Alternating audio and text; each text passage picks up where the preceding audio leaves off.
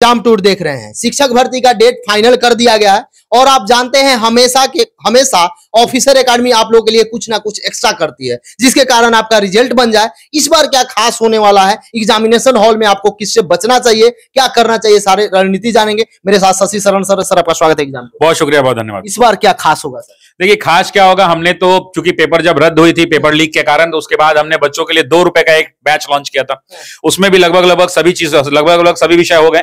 मेरा एक विषय बचा हुआ है, क्योंकि मैं बचा के रखता हूं अपना विषय, अंत में कराता हूं, तो विषय अब मैं करा दूंगा। उसके बाद जो है कि दंगल तो होगा, दंगल कराइएगा। दंगल तो होगा भाई। शिक्षक भर्ती का मतलब होता है कि ऑफिसर एकेडमी का झंडा सबसे ऊपर लहराएगा। हर बार लहराया है, इस बार भी लहराएगा।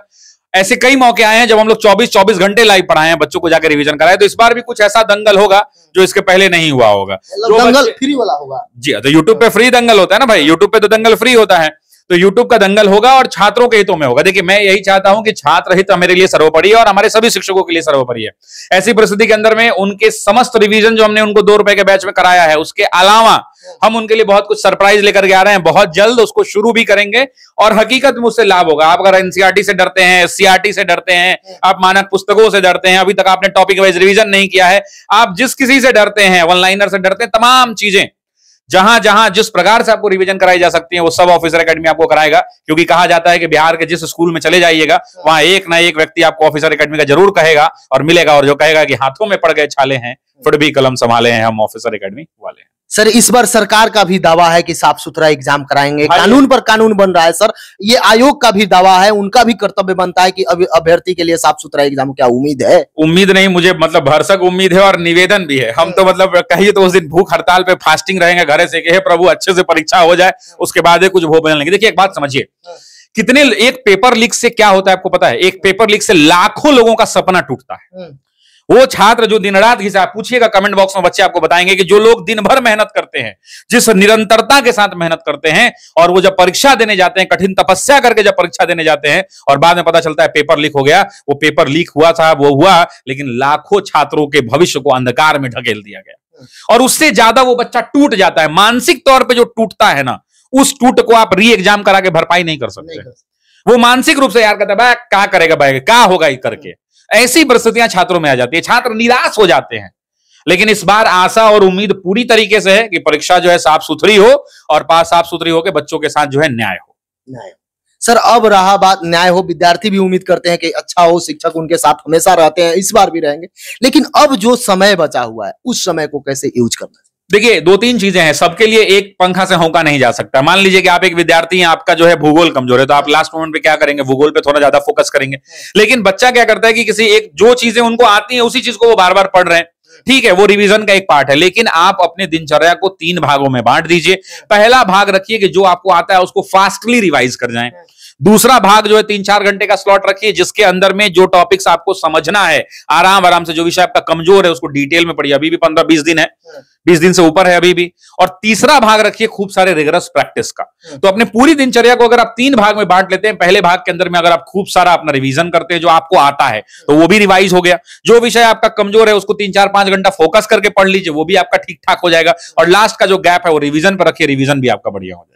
सर, आप अनुभव भी आपके पास बहुत अधिक है, बहुत सालों से पढ़ा रहे हैं, कई सारे एग्जाम भी क्रैक किए हैं। एग्जाम क्रैक ही नहीं, कई सारे एग्जाम में टॉपर भी बने हैं। सर, उस अनुभव को देखें तो विद्यार्थी को एग्जामिनेशन हॉल में क्या करना है? देखिए, एग्जामिनेशन हॉल में एक सबसे पहली बात कहते हैं ना कि full confidence will give you a half success. कहा जाता है कि अगर आप पूर्ण विश्वास के साथ जाते हैं तो आधी सफलता आप अर्जित करके जाते हैं। आप ये सोचिएगा कि कभी भी छात्र मेरा तैयारी अच्छा नहीं है, उसको वो कहेगा ना मेरा तैयारी अच्छा नहीं लग रहा है भाई, चलो दे लेते हैं, तो भले वो पेपर आसान भी आ जाए, फिर भी उससे कुछ ना कुछ मिस्टेक हो जाएगा। तो मेरा ये जो सबसे पहला सुझाव होता है कि always feel confident of the things.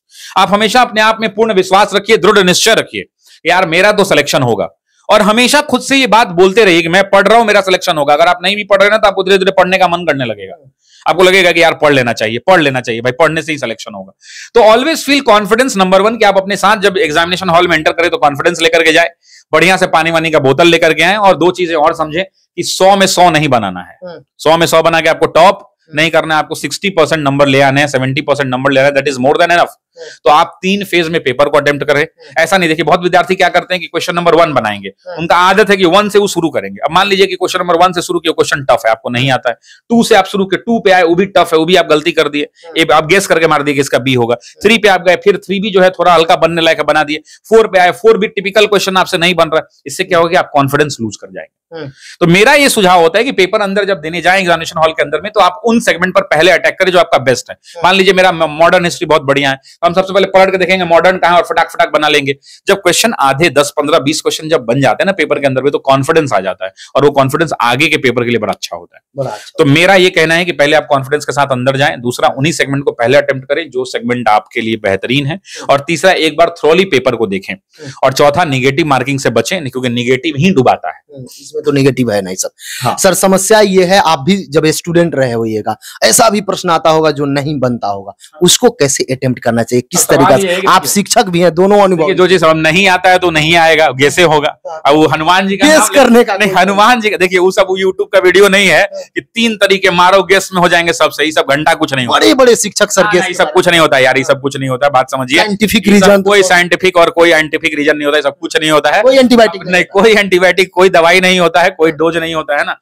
और इसलिए आप इसको निश्चिंत रहें, वो हनुमान जी का नाम लेकर मारे, या चाहे कोई राम जी का नाम लेकर के मारे, चाहे कोई सरस्वती मैया का नाम लेकर के मारे। सर अभी यूपीएससी का 16 को एग्जाम समाप्त हुआ, उसमें भी जब देखे हुआ पेपर जब हुआ, विद्यार्थी निकले तो शिक्षक इधर लगे बताने, ये क्वेश्चन एलिमिनेट करके आप बना सकते हैं, ये क्वेश्चन, इसको बताइए। एक बात समझिए, एक बात को देखिए, आप जो है ना एग्जामिनेशन हॉल से बाहर निकलने के बाद क्वेश्चन को आसान बताना बहुत आसान होता है। इसमें लाखों छात्र जो आपके वीडियो को देखेंगे, आप उनसे पूछिएगा, वो कमेंट बॉक्स में बताएंगे आपको। अब बताइएगा भी आप लोग कि पेपर निकल देने के बाद, पेपर एग्जामिनेशन हॉल से जब बाहर आ जाएगा, उसका ज्ञान देना बड़ी आसान होता है। वो मास्टर के लिए भी बहुत आसान होता है ज्ञान देना, बच्चों के लिए स्टार होता है, बहुत आसान होता है। आप उस एग्जाम के प्रेशर को आप नहीं फील कर पा रहे हैं, हम कैसे करें? हाँ, प्रेशर को कम, कोई इसका थर्मामीटर ही नहीं बना है कोई था। अच्छा हमको बताइए कि हर चीज को कैसे रहे? आप विद्यार्थी रहे होंगे, आप हर चीज को मापा जा सकता है, प्रेशर को, टेम्परेचर को, हीट को, हाइड्रोमीटर, ये मीटर, लैक्टोमीटर, समम मीटर है, लेकिन कोई दिमाग के प्रेशर को नापने का मीटर नहीं बना अभी तक नहीं बना है। इसके प्रेशर को नापने का एक ही मात्र तरीका है कि आपने जो मेहनत किया है वही आपके मेहनत इस प्रेशर को कम कर सकता है। दूसरा, आप कितने कॉन्फिडेंस हैं, कितने शांत भाव से हैं, कितने सजग हैं और कितने दृढ़ निश्चय के साथ आप तैयारी कर रहे हैं, ये आपके लिए बेहतरीन मौका आपको दे सकता है। बाकी कोई जो है ये सब ट्रिक व्रिक नहीं होता है कि ये साइंटिफिक मेथड ही मेथड, वो हनुमान जी का नाम लेके ही मारना पड़ेगा, किसी को बजरंग बली का नाम लेके मारना पड़ेगा, किसी को अल्लाह ताला का नाम लेकर मारना पड़ेगा, यही करना पड़ेगा, इसका कोई इलाज नहीं, अलग छाट नहीं सकते नहीं। और एग्जामिनेशन हॉल से बाहर निकलकर ज्ञान देना बहुत आसान काम है। जो भी लोग कहते हैं कि पेपर बहुत आसान था, हम उनसे उतना ही कहेंगे कि एक बार एग्जामिनेशन हॉल के अंदर बैठ के देखिए। हम लोग तो बैठ के देखे हैं, तो आप एक बार बैठ के देखिए, पता चलता है। वहां आता हुआ क्वेश्चन गलत हो जाता है, आता हुआ गलत हो जाता है कि ये होगा कि बी होगा, बी होगा कि सी होगा, सी होगा कि डी होगा, गया। तो इसीलिए बाहर आके बता देना कि बहुत आसान था और ये एलिमिनेट कर देंगे, ये ऐसे सोच लेंगे, अरे भाई उतना वो बच्चा उस लेवल में नहीं सोच पाता उस प्रेशर में, तो उसको आप समझिएगा नहीं, बाहर आके ज्ञान दे दीजिएगा बहुत आसान था। तो ऐसे मास्टरों को इन चीजों से बचना चाहिए, बचा के रखें, ऑफलाइन में ये सब बताएंगे। ऐसा नहीं है, ये सब कुछ नहीं है। देखिए मेरा ये मानना है कि ऑफलाइन ऑनलाइन में कोई खासा अंतर नहीं रह गया, और हम सब हमेशा से चाहत ये रहती है कि हम लोग अथक प्रयास करते हैं और कोई इसको झुठला नहीं सकता है। हम लोग और हमारे शिक्षक काफी प्रयास करते हैं और सभी लोग प्रयास करते हैं। सबकी अपनी अपनी दौर है, सब अपने अपने दौर में दौड़ रहे हैं। बस छात्रों को अपनी दौर में दौड़ना है, उनको जहां फायदा मिले वहां से बटोर लेना है और परीक्षा जाके देना है। सर सब लोग ज्ञान देते हैं, वो शिक्षक हो, हम लोग जैसे यूट्यूब, सब लोग बताते हैं कि इतना करना चाहिए, एग्जाम में ऐसे बचना चाहिए, फिर भी जब देखिएगा रिजल्ट आता है तो 5000 विद्यार्थी छट गए, 20,000। पटना, मतलब पता नहीं मुझे बोलना चाहिए कि नहीं बोलना चाहिए। मुझे ऐसा लगता है, कुछ भी तो आप बोलवा लीजिएगा, बाद में कट के चलने लगेगा। मुझे ऐसा लगता है ना कि गार्जियनशिप की कमी है, बच्चा बिगड़ जाता है, बच्चा का कोई रूटीन नहीं है पटना आने के बाद। आप समझिए कि पटना जो बच्चा आता है, वो कोई बच्चा 8 बजे भोर में उठता है, कोई 10 बजे, कोई 6 बजे उठता है, कोई 3 घंटा गर्लफ्रेंड से बतियाता है, कोई 2 घंटा वीडियो कॉल पे बतियाता है ना, कोई 2 घंटा चाय सिगरेट की दुकान पर बिताता है, कोई अंडा ऑमलेट बनाता है घरे, 3 घंटा अंडा करी बनाने में बर्बाद कर देता है, 4 गो दोस्त के साथ गप मारने में, उसके बाद लोगों का फोटो देखने में, जो बचा कुचा बच गया तो भोजपुरी के अश्लील गानों पर रील देखने में, ठीक है, या हिंदी समय फिक्स, हाँ उसका सब समय फिक्स है। तो ऐसी परिस्थिति में मुझे लगता है कि जो फेलियर जो आज की डेट में जो हो रहा है छात्रों के अंदर में, वो दो, उसमें एक बड़ा रीजन है वो गार्जियनशिप की कमी हो जा रही है। क्योंकि गार्जियन तो घर पे बैठा हुआ है, पेरेंट्स उनके घर पे बैठे हुए हैं, बच्चे यहाँ है नहीं, उनको देखभाल करने वाला नहीं है, रूम ले लिया, हॉस्टल की व्यवस्था उस लेवल की नहीं है, हॉस्टल में वो टाइट व्यवस्था नहीं है। तो मुझे लगता है कि आने वाले दिनों में एक ऐसी व्यवस्था हम सबको करनी चाहिए, और मैं भी इस पर प्रयास कर रहा हूं। मैं भी चाह रहा हूं कि 100, 200, 300 बच्चों को अपने हॉस्टल में रखूं।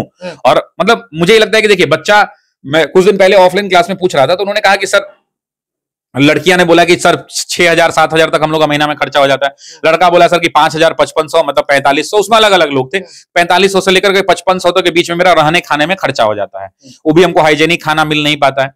तो उस दिन मेरे को लगा कि यार नहीं, हकीकत में तो मुझे लगता है कि ऐसा प्रयास होना चाहिए। अगर मान लीजिए कि मैं ही एक हॉस्टल रखता हूं और उसी हॉस्टल के अंदर बच्चा को निकलने ही नहीं देना है, वहीं उसका मोबाइल जमा करा लीजिए, उसी को रखिए, दिन भर उसका रूटीन बांध दीजिए कि 3 घंटा तुम हॉस्टल के अंदर में लाइब्रेरी बना दीजिए, तो 3 घंटा तुम लाइब्रेरी में बैठ के पढ़ो, 2 घंटा सुबह में तुम एक ट्रेनर रख दीजिए, फिजिकल वॉक करे, दौड़े, दरोगा रोगा का बच्चा है तो ऐसी तमाम अगर व्यवस्थाएं उनको दी जाए और लगातार वहीं हॉस्टल के अंदर में क्लास दिया जाए, उस हॉस्टल के अंदर में तुम रहो, तुमको निकलने नहीं देंगे, तुम निकलोगे तब ना तुम बर्बाद होगे जी। तुम्हारा मोबाइल हम लॉकर में जमा करा देंगे, शाम में देंगे 5 से 6, लो माई बाप से बतियाओ। तुमको इंटरनेट चलाना है तो सिस्टम लगा हुआ है, जाओ कंप्यूटर पर बैठ के इंटरनेट चलाओ, तुम सब कुछ व्यवस्था रहेगा। तो वैसी व्यवस्था की कमी दिख रही है, जो व्यवस्था बहुत सारी जगहों पर मैंने बाहर में देखी है। और उस कारण क्या होता है कि बच्चे देखिए, अभी अब गोल है एक मेडिकल का बहुत अच्छा संस्थान है, गोल में क्या होता है आप देखिएगा ना, गोल में नॉर्मल जब एडमिशन होता है ना, मैं अपने घर वालों को भी एडमिशन करा रहा था, विपिन सर का संस्थान है, काफी अच्छा है। तो मैंने ये देखा कि नॉर्मल में मेरे अपार्टमेंट में जिनका एडमिशन हो गया, मेरे पास पैरवी करने आए कि बहू उनका घर पटना में है, वो पटना के कंकरबाग में रहते हैं, फिर भी वो चाहते हैं कि उनकी बेटी बुद्धा कॉलोनी वाले सेंटर में ना पढ़ के बिहटा जाके उनके हॉस्टल में रहे, बिहटा जाकर हॉस्टल में रहे, जबकि आदमी का घर पटना में है। तो क्यों ऐसा हो रहा है? ऐसा इसलिए हो रहा है क्योंकि वहां वहां इन्वायरमेंट उसको अच्छा मिल रहा है, उसको माहौल मिल रहा है, दिन भर उसके पढ़ाई का वातावरण है।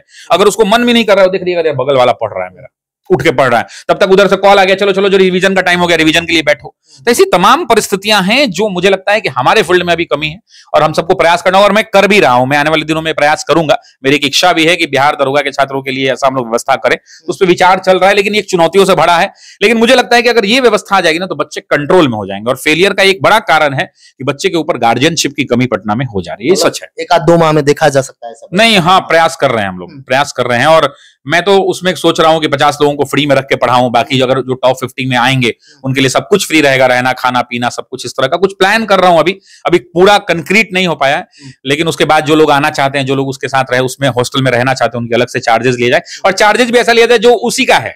मान लीजिए उसको रहने में 5,500 लग रहा है, तो हम 5,000 में उसको खाना पीना रहना सब करा दे। तो मतलब हम लोग प्रयास कर रहे हैं और मुझे लग रहा है कि ये कमी है और इस पर प्रयास होना चाहिए। शिक्षक भर्ती का एग्जाम है, क्या संदेश दीजिएगा सभी विद्यार्थी? भाई, आपने बहुत मेहनत किया है, मेरी बहनें, आपने बहुत मेहनत किया, मेरे भाई लोग, आपने बहुत मेहनत किया है। जितना मेहनत किया है, अपने आप पर भरोसा रखिए और ईश्वर आपके साथ है। आपने ईमानदारी से पढ़ा है, आपका जरूर रिजल्ट होगा, बस इतना ही कहूंगा।